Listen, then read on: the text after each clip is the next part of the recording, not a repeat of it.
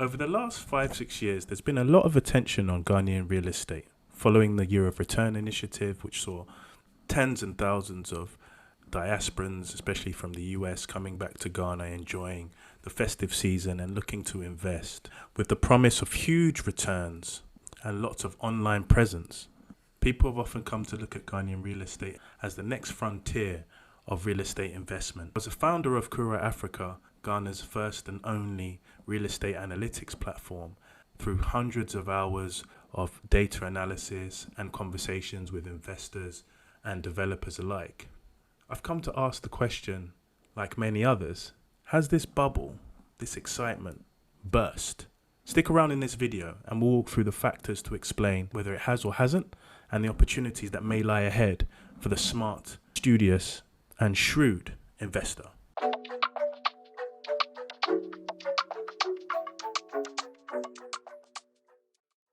Despite the initial and ongoing excitement around Ghanaian real estate, there has been some significant bumps in the road.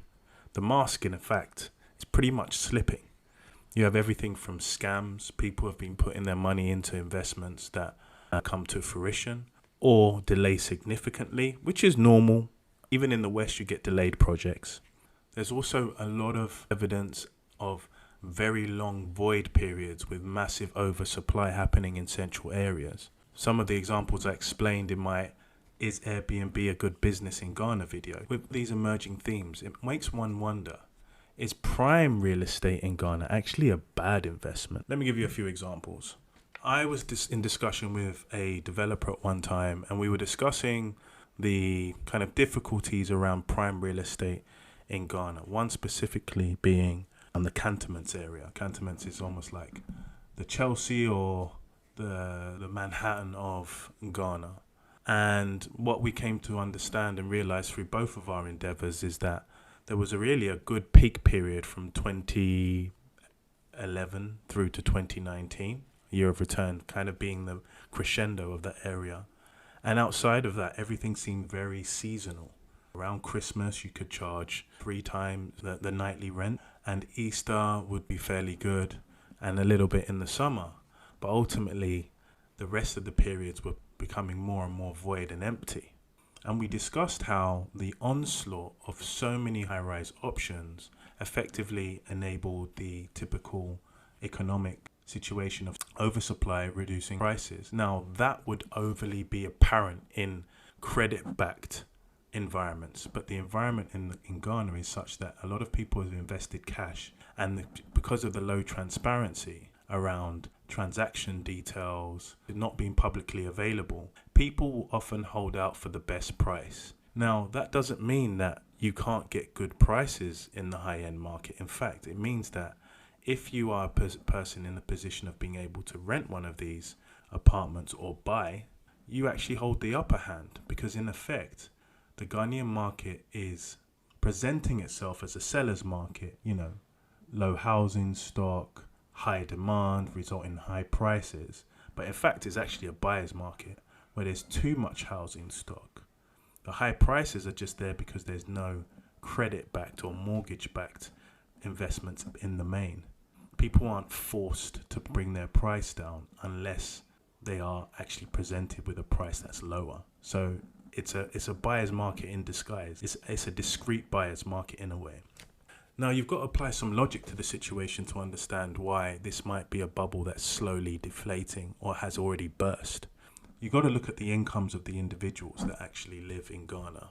The median income in Ghana is around 1,500 cedis, which works out as less than $100. The average takes it up a bit more, but it's still way under some of these dollar-priced real estate properties. Ghana has seen 60% inflation in 2023, and inflation is still high, around 20, 25, 30%, and that's cumulative. So over the course of the last couple of years, especially coming out of COVID, prices for everything have doubled for the average Ghanaian. There are some realities that the real estate market has to contend with, i.e. the disposable income of the general population. Ghana has 33 million people. Median income is 1,500 cedis per month. So that means at least 16.5 million people make less than that. and the ones above may make more. To what extent is arguable. I've had a lot of conversations with different people in different parts of the market, and some of them have ranged from people looking to sell who have tried to clarify the price that they're asking, and I objectively use the data that we have at Kuro to understand where they should position their potential sell. And sometimes they have been shocked to find out that they are falling in the 0.01% of pricing, and that they are 100 or 150k out of the median or the average, and they haven't even got a fully furnished building. Maybe there's even work to be done, whereas the competition for the same size property in terms of bedrooms, amenities and location could fall, as I say, 100 or 150k less than what they're asking for. And you ask the rationale as to why that is. Sometimes it's, oh, I spoke to an agent and they felt they could get more, or I spoke to this person, they thought I could get more. And when you dig deep, sometimes they're saying, actually, we originally were 100k less than what we're asking for now. So it's a lot of cloak and dagger, a lot of kind of dark arts in the presenteeism around real estate in Ghana. I'll give you another example. I had a client who we spoke about in depth the trials and tribulations of working in and around the prime real estate areas in Accra. This was specifically in the cantonments area.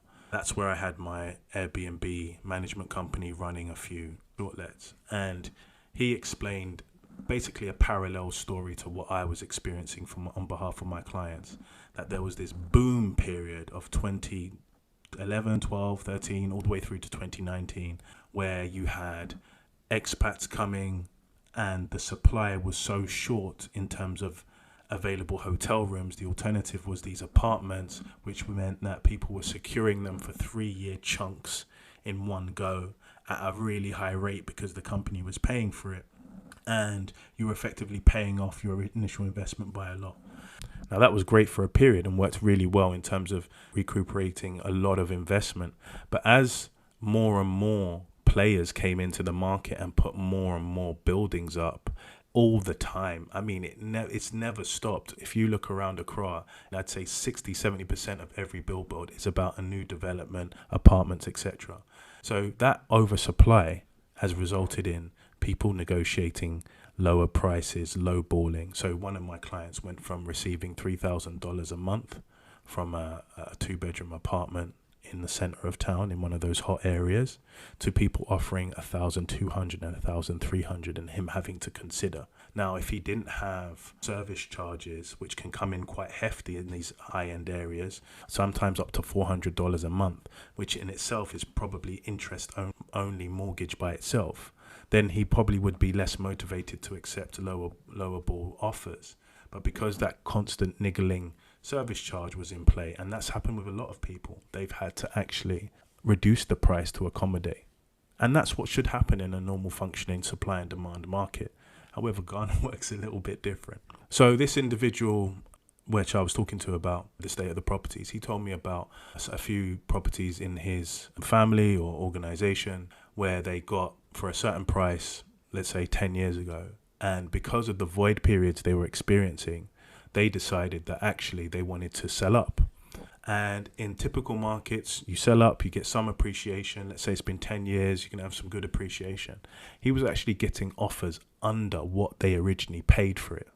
And that's because the culture and the mechanics in Ghana is sometimes that, well, you've made your money off this investment. I'm coming in to come and make my money off of it, but I'm not going to give you more than what you paid for it. And that astounded me because actually it kind of makes sense. If you're in a property where, or you have a property where you're expecting $2,000 a month, but you're only occupied for 3 months out of 12, then actually your $2,000 or $3,000 a month, that's not what it is. You average it out across the course of the year. So some people will take advantage of that, or will see that and say, economically, I'm going to offer you less. And that's happened. These are kind of the stories that I come across day to day in speaking with people. And it's not just me that's seen this either. So let's go through a couple of comments that I've just found on YouTube videos that are, let's say, idealizing the Ghana real estate industry. So this was underneath a video talking about the rise of Ghanaian real estate and the opportunity that's there. Ghana on the rise, yeah, but the real estate bubble has burst. It's not my words, this is somebody else's. I'm a Ghanaian, and having invested in a couple of apartments, I'm happy to have sold them and exited. There's an oversupply of apartments, about 70% empty unless it's Easter or Christmas, and rest of the year, big void. Something that I've been seeing and saying. Not much middle class income in the country to keep all these places rented. I just want you to know what you're getting into. The best years was from 2009 to 2019. If I'm buying a place there next, it's just for me to live in. Now, this is hugely important what he's saying here. If he's saying that he's only going to buy there to live in, and I completely get that logic. That's a logic of somebody who's actually experienced investing in and the pitfalls of Ghanaian real estate. Because the top end of the market, there's too much supply and not enough demand. You don't have the middle income in the right place to be charging some extortionate rents. It's just not there. That market isn't there, or it's not there for long enough. So you may get kind of really high projections in terms of rental yields and those kind of things. But what will actually materialize is you'll have an apartment that you get good rent on in December and in Easter, a little bit around summer, but the rest of the time is empty. And if you're paying a $200, $300, $400 a month service charge, it becomes a burden, it becomes a liability. So you have to be smart in the investments that you make in Ghana. There's a whole different market. I'm going to demonstrate that by using Kuro. So we're over here in Kuro's market analysis tab right now, right? So what I'm going to do to kind of prove the point, we keep a lot of different data. We've got demographic data, we've got real estate data, infrastructure data, trends data, all of those kind of things. So what the market analysis does, it helps us understand the affordability of certain properties or whatever you want to put in there. So let's say, for argument's sake, we were to pick cantonments, right? Okay, so we got cantonments in there. Let's see what it loads up with. Okay, and this is city prices, right? At the moment. So let's switch it to US dollars because you're not going to find anything priced in cities in cantonments. So switch it to US dollars, right? Average price $2,900, median price $2,600. And let's say our price is, let's say we've got something that we consider affordable that you or an investment, someone's turned around to you and say you can earn $2,000 a month. They'll often quote a lot of prices a lot higher than that, but let's say $2,000 a month, okay? And let's say it's for a 2-bedroom. And it will be, let's say, likely to be an apartment, right? This shows as moderate for the area, right? Let's take off cantonments for a second. In the Accra metropolitan area, this is very high. Let's switch it to cities for a second and say, so now this will look at it as if it's 2,000 cities, right? 2,000 cities appears low because that is low. But let's say so average price 16K in Accra metropolitan, median price is 9K.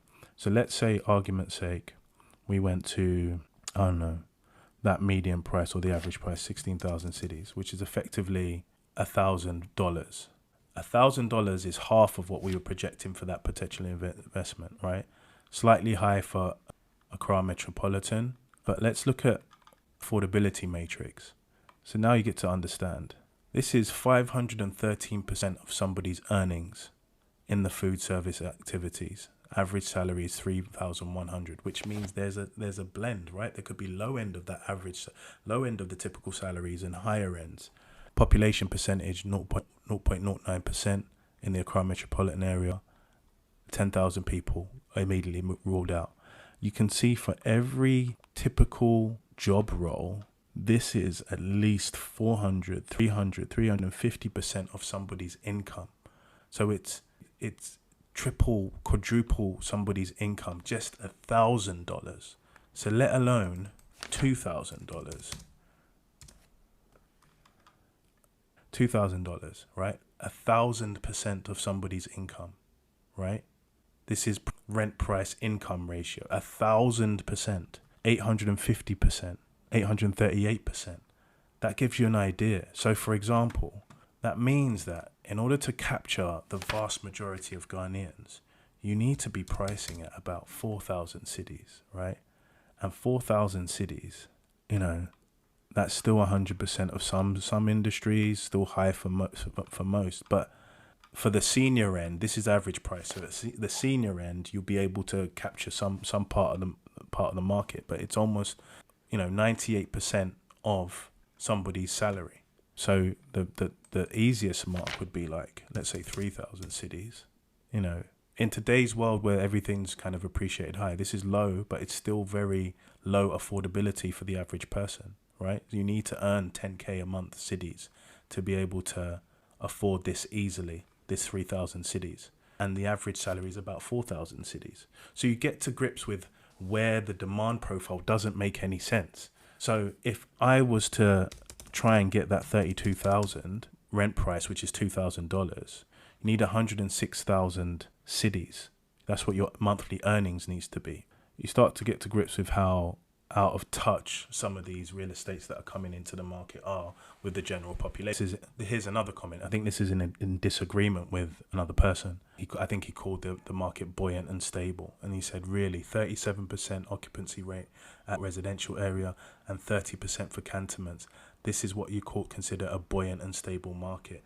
Now, this is someone who seems like they're speaking from real experience. And the thing with Ghanaian real estate as well is when a new building comes up, you might get higher occupancy rates, but you've got to watch out for dubious characters trying to rent from you because they don't kind of earn their money in that way. Check out my Is Airbnb Business Worth It in Ghana video to explore more about that. But this is someone speaking from real experience, you can tell.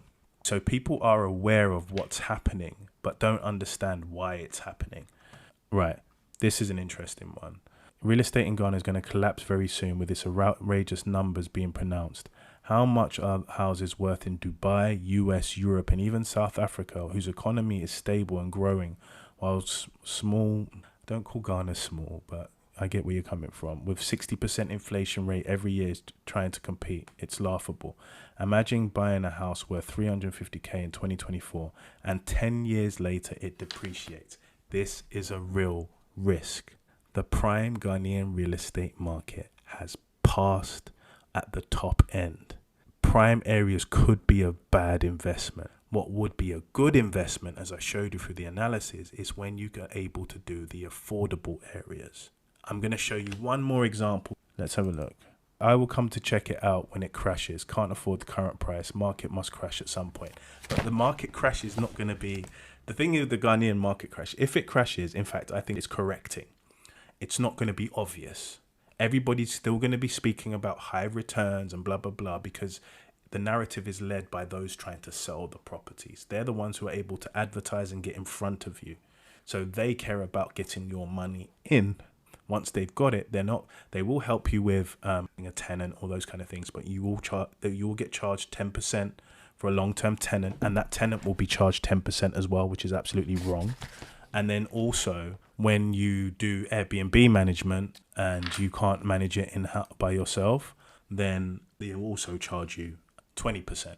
Now, the opportunity is in the low to mid market. I can't stress it enough. That's where you get the high return rates I spoke about in my Airbnb video, where a partner and we got a city priced apartment, 3 bedrooms, 2 entrances, and listed it as 3 different listings on Airbnb for $30 a night each. And it ran about $1,000 a month in profit. That's huge profit, right? But you have to be aware and acute. You can use tools like Kuro to get ahead of the game. Low to mid market. Now, let's look at another video. Okay, so my last point of reference is actually going to be a hugely successful businessman in Ghana by the name of Kennedy Agyapongs. He's also a politician. Make of that what you will. He has, I think, close to 200 different residential apartments, etc. I've heard it in an interview before. He's talking about the real estate market in Ghana, and I'll do my best to translate some of the comments that he's making. Real estate in Kenya bad. But Ghana is rated the second most expensive country in the world in terms of real estate. Right. Now, to contextualize that, it's true. Second most expensive country in the world in terms of real estate in relation to people's incomes. That's a key element, right? In relation to people's incomes. So it's because of these higher priced properties that people locally can never afford, as I showed you earlier, 1,000 times more than their monthly salary. That's why it's rated so highly. Yeah, we Japan and Ghana, because I mean, we have half an acre cantonment, so see $2 million. Half an acre in Cantonment, Now 2 me million. God pay dime matter dime back 1.1. Me call BM say me to second one man bag girl on so by juma. Well, say 1.7.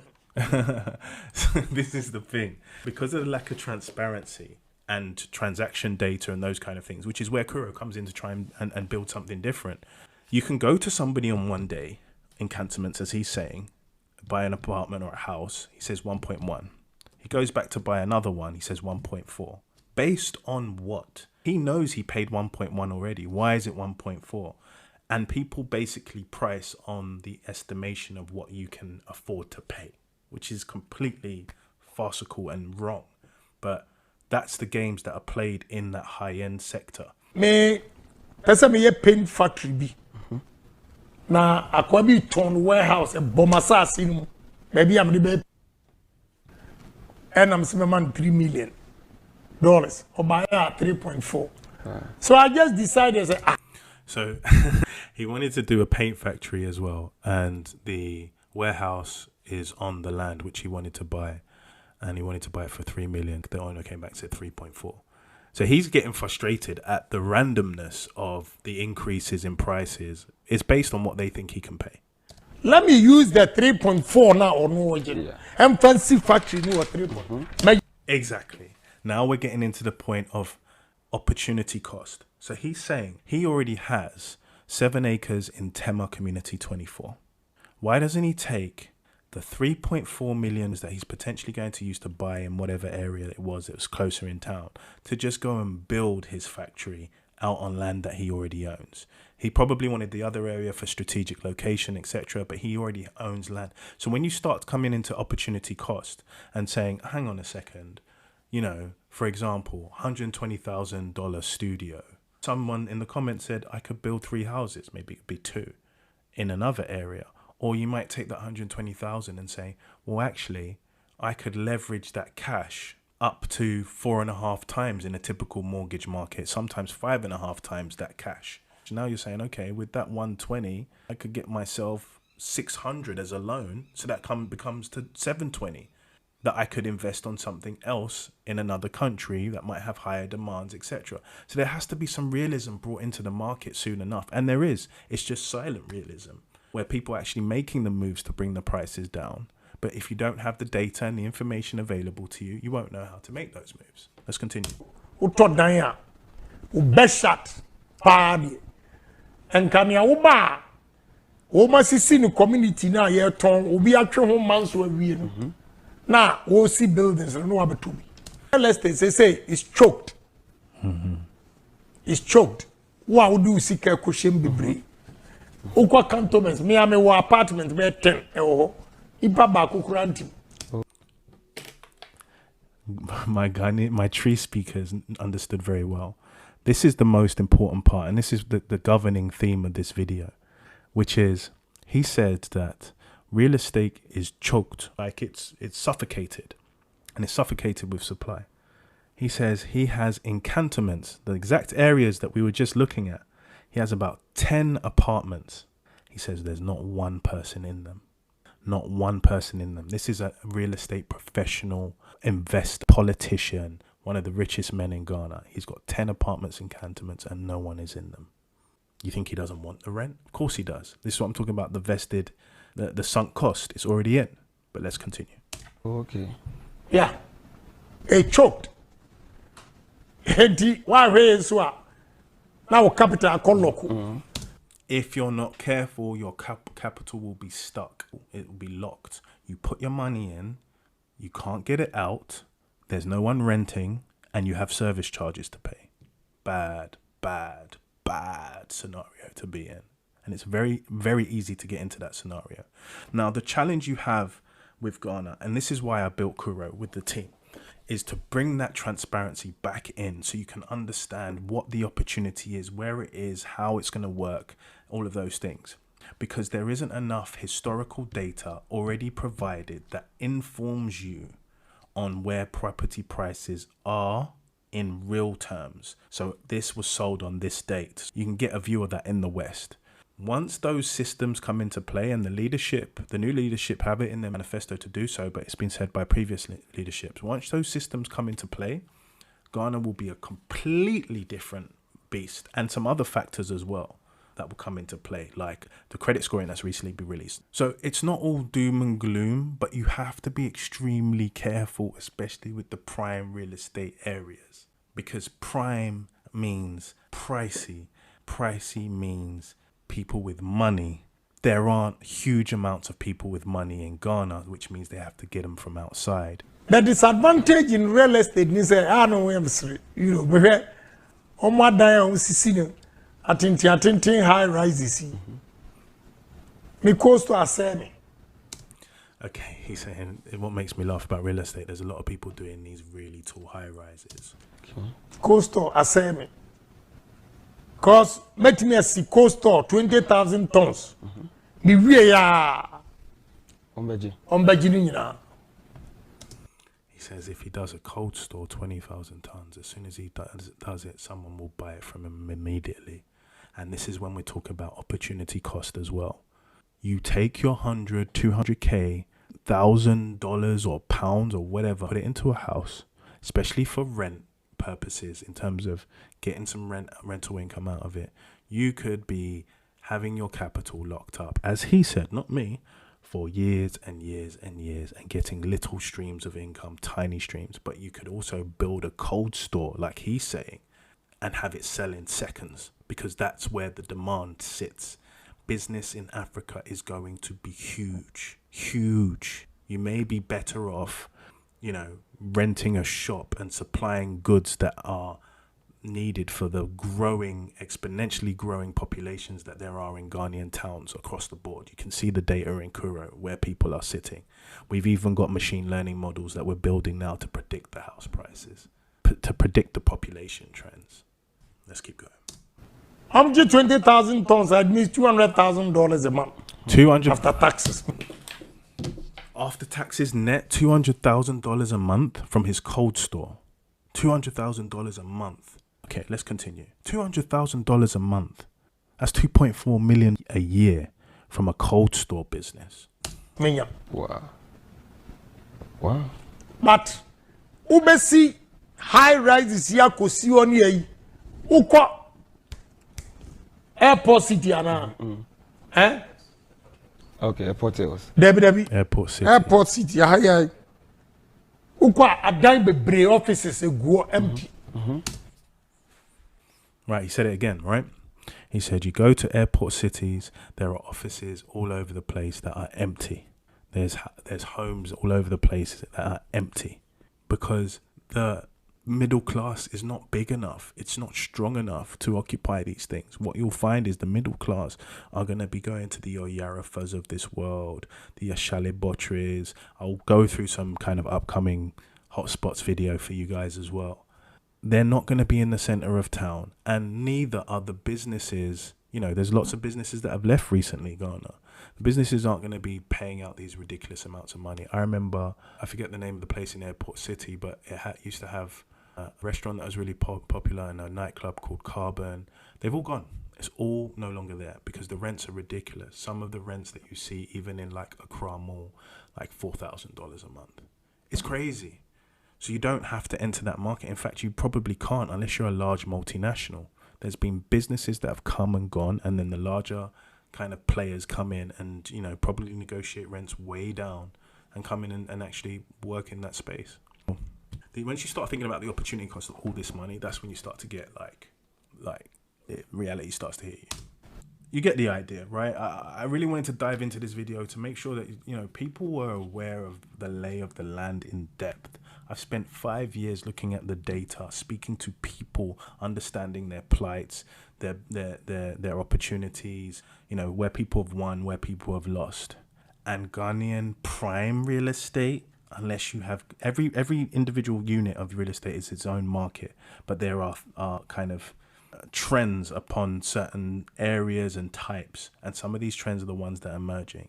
Again, this is my opinion, but based on a collective of facts and information. Listen, I want you guys to stay informed when it comes to real estate in Ghana and Africa. That's why we built Kuro, to unlock valuable opportunities in data poor countries. If it were me and I was going to invest in a prime area, I would negotiate a lower cost on a studio and rent or preferably short let that out at a lower nightly rate than what is comparable in the same areas, and achieve a high occupancy rather than just trying to get high nightly rates. That would be my approach. And that's an approach I've seen somebody else do that makes it very much more profitable than going super high end, trying to get super high nightly rates. I think that's a bad move waiting to happen, and try and negotiate the service fees down if you can. That would be my approach to it. Let me know your thoughts in the comment section. Am I talking nonsense? Do you believe it? Have you found this kind of environment? What do you suggest? There are other things that we should be doing. Until next time, friends and family, stay safe, stay informed. Ciao for now.